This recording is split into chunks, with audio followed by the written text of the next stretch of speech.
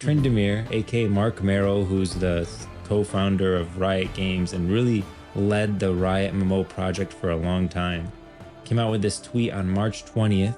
Now we're gonna get into the heat, guys. Everyone is right now. All they said was we're still working on it. There's a reset. We don't know what that means. All right, just whatever. Like, okay, but now here's where people started getting spicy. With this new direction, I'm excited to introduce at Fabricio, I don't know how to pronounce his last name, but his name is Fabrices. As the new executive producer of the MMO, Fabrice's experience as a player and a passion for creating immersive worlds is extraordinary, having led big projects at Riot, BioWare, and EA. He brings a fresh perspective and a shared commitment to excellence that will guide our team as they continue on this difficult journey. Now, guys, I understand. Okay, EA and BioWare, I'm not a fan either. But if you really look at this guy's track record, he spent 1 year at EA on a game that never came out. And at BioWare, he worked on Mass Effect 3, a lot of the expansions there. And so Mass Effect 3 is actually a great game and the multiplayer is still active today. So what he worked on at BioWare, which was a long time ago now at this point, is great. And he worked on a Star Wars game at EA for 1 year, but that was 2 years before the game even released. So I don't even call it that he worked at EA. But then everyone's like, ladies and gentlemen, Anthem 2.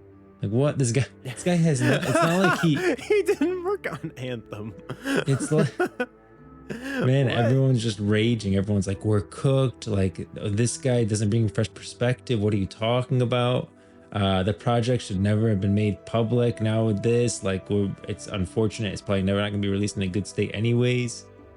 Everyone pack it up. Like, there's nothing good down here. No one's saying like, okay, you know, we'll see what he does. Like, really disappointed. Can't say I'm surprised. It's honestly painful. I feel bad for this guy. It's like, yeah, it's like me too. Like, you know, he reads this stuff. And that's probably not helping morale with the team at all. Oh my gosh, that's like, I imagine you work at a company, right? Freaking 8 years ago, you worked on a project, you left that company. I don't even know how long this was. It was a long time ago. But let's say 8 years ago, you worked at a company. It's pretty old. Yeah, it is. Yeah, I think it's 6 years between them. It's probably like 8 years from, no, 5, 6. It's actually 10 years. Wow. I think I was about to say, like, I was in like middle school when that dropped. So it was at least like a decade ago. So 10 years ago, you worked at a company that you now left. You haven't been there for 10 years. And then the company does something that's like, you know, pretty, not everyone's a huge fan of, and no one likes it. And so they come at you and be like, you know, we're not going to hire you because of this company. Like, that they did this back then. Like, they did this already, like today.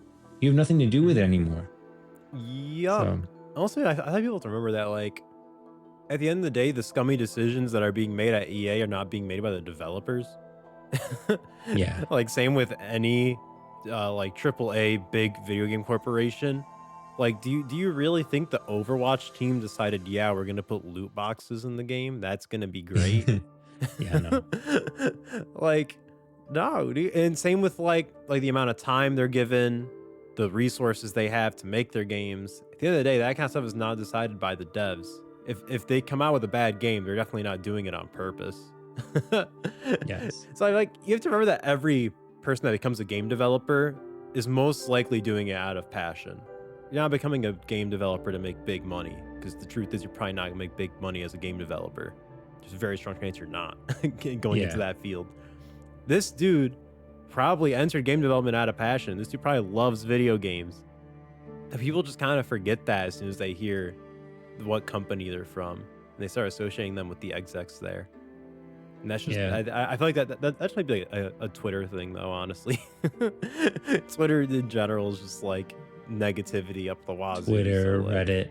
Yeah, they're just like kind of tend to be toxic. Everyone's behind a screen name. Yeah, dude. And like, you also gotta remember that at the end of the day, most people, like even with World of Warcraft, for example, right now, you're gonna see a lot of negativity on Twitter and Reddit about World of Warcraft all the time.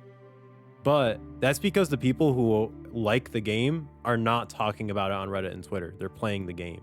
They're on World of Warcraft. And I think the same thing's going to happen with this game, right? The people who are silently waiting for the Riot MMO right now and will play it when it launches, they might not even know it exists right now. But when it launches, they're gonna play it, and they might end up loving it, and they'll have no idea that it was made by this guy, and they won't care. And I think that's gonna be the majority of people. We're just seeing the Twitter and Reddit people that are being their usual selves about any game that comes out, even before it comes out.